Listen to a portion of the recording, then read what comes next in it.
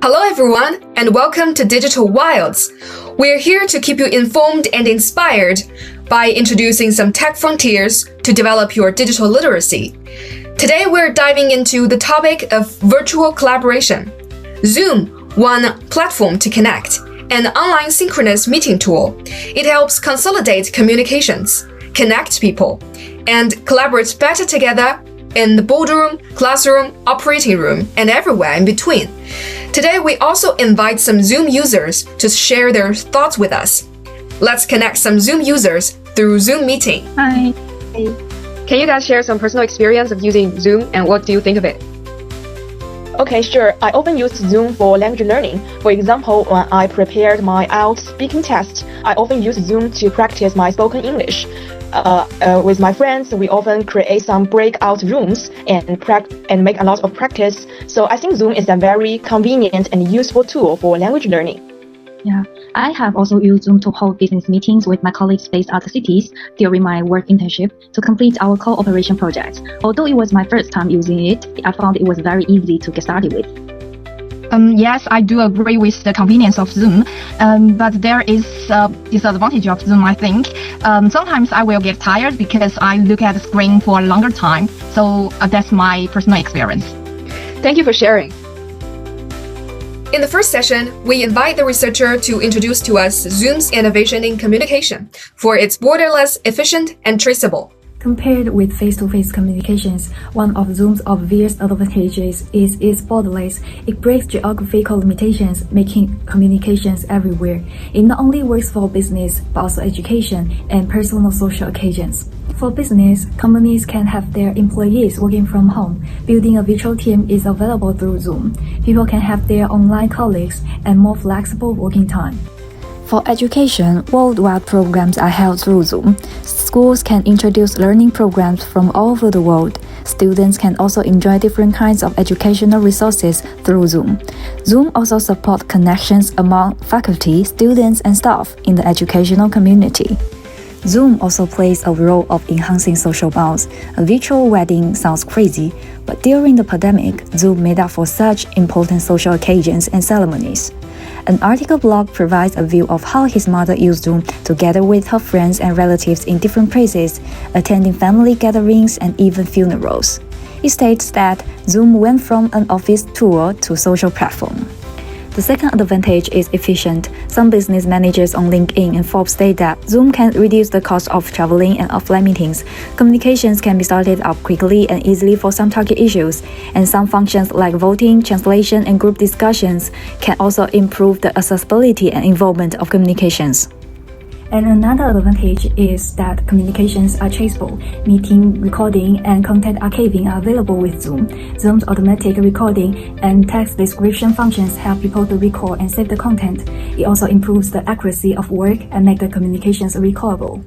In the first session, we can see that Zoom indeed innovates the way people connect in communication. In the second session, we invite the researcher discusses how Zoom develops English as a foreign language learners' communicative competence. There is a study exploring the effects of Zoom on EFL learners' speaking skills, which conducted pre- and post-tests to monitor learners' learning progress. Participants were divided into two groups, performing tasks through Zoom and in face-to-face classes, who are assessed based on three criteria, which are discourse management, lexical resources, and interactive communication. According to the results, we can see that participants in the experimental group improved their scores. However, the improvement in the control group is significantly less than that in the experimental group, as their scores showed little or no change.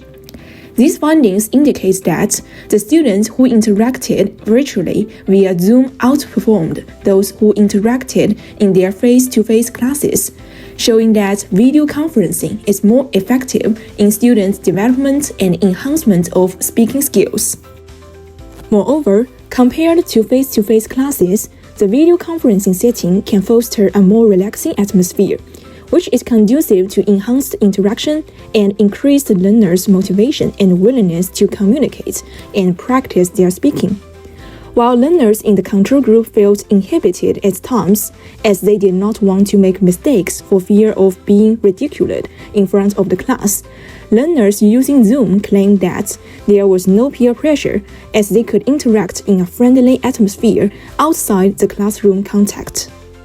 Research has also proved that Zoom's interactive features and flexibility can effectively enhance speaking skills and facilitate speaking proficiency.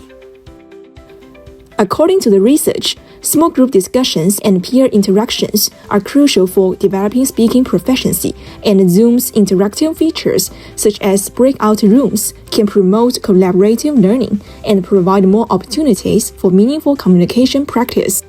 Additionally, the immediate feedback provided through Zoom's chat function contributes to more effective learning.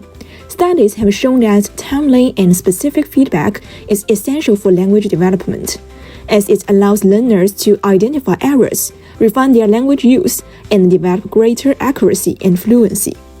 In the second session, we can see that Zoom does help EFL learners a lot. And in the third session, according to the data, remote learners report burnout from virtual repetitive settings. So how to stay energized? Let's invite the researcher.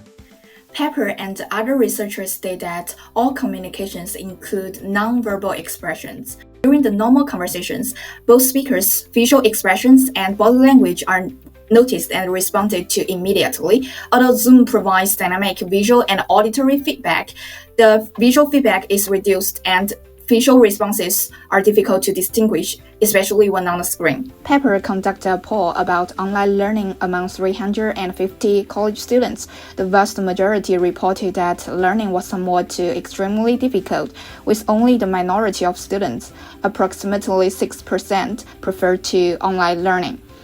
According to 2021 Stanford News report, there were several reasons for Zoom fatigue. Firstly, excessive amounts of close-up eye contact is highly intense. Secondly, seeing yourself during video chats constantly in real time is fatiguing. Thirdly, video chats dramatically reduce our usual mobility. Fourthly, the cognitive load is much higher in video chats. Participants can also use Zoom's built-in features to improve focus and engagement.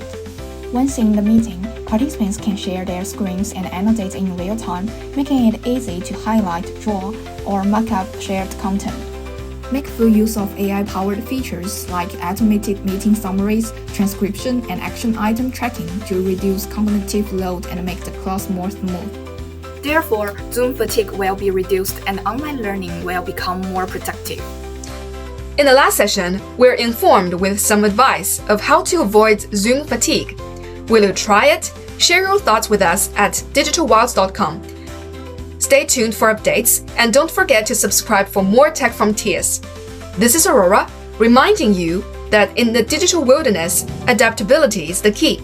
Thank you for watching and see ya!